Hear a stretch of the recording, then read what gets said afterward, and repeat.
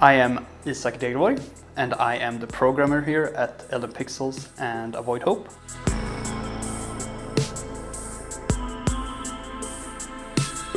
My main role is programming, but I also do a little bit of designing and talking and having some opinions in the overall project.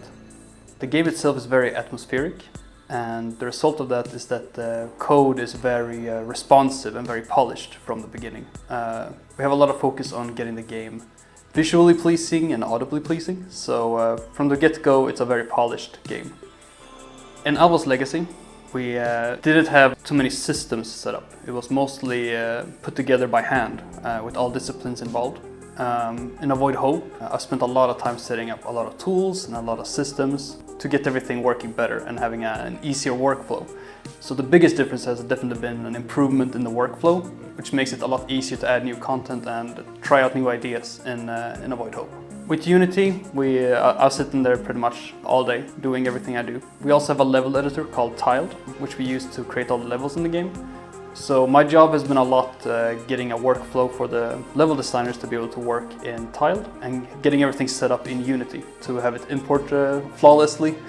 So it's been a lot about keeping it clean and keeping it simple. So I always want everything to be set up correctly from the beginning and as simple as possible, so it's easy to keep track of a lot of different tools and systems that we have. So I always try to think about coding for designers. So when I'm done with my code, a designer should be able to go in and do whatever they need to do to make the game look and feel good.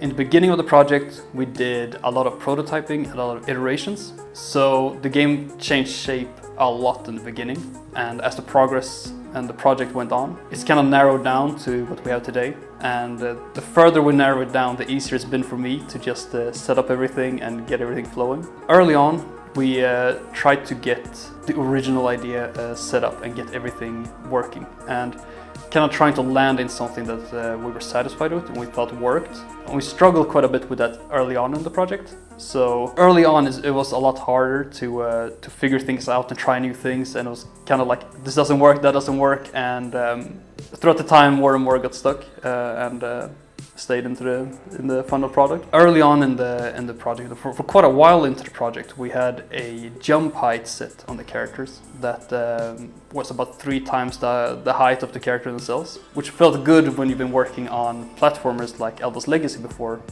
which is a fantasy world where you're supposed to jump quite high. But when somebody pointed out that it's not very realistic for someone to jump like 3 times their height, we saw that and it made so much sense. Like, yeah, this just looks silly now when somebody pointed it out. So that has been a constant challenge in the game. That does it make sense for humans in a city to work this way and act this way, to be what I would say like realistic in a sense. A lot of the different disciplines is always a different amount of fun to work on the different parts, but the most satisfaction I've gained has been from coding tools and setting up automation and making the workflow work better. Especially for a small team, when you manage to automate the whole process. Like when we added new sprites and objects into the game, it used to be a manual workflow for almost all of Alva's Legacy, and that's all automated in Avoid Hope, which has completely relieved me from all that work and just made everything work faster, which just made everything better in the end. I would say I'm the most satisfied with the atmosphere and the responsiveness of the game. So it looks good and it sounds good, and it's been feeling good to play since day one. We've kept everything just on a good level, and I would say for this project that everything just feels the way we want it to feel, and it looks and sounds the way we want it to sound and look, and that's what I'm most proud of.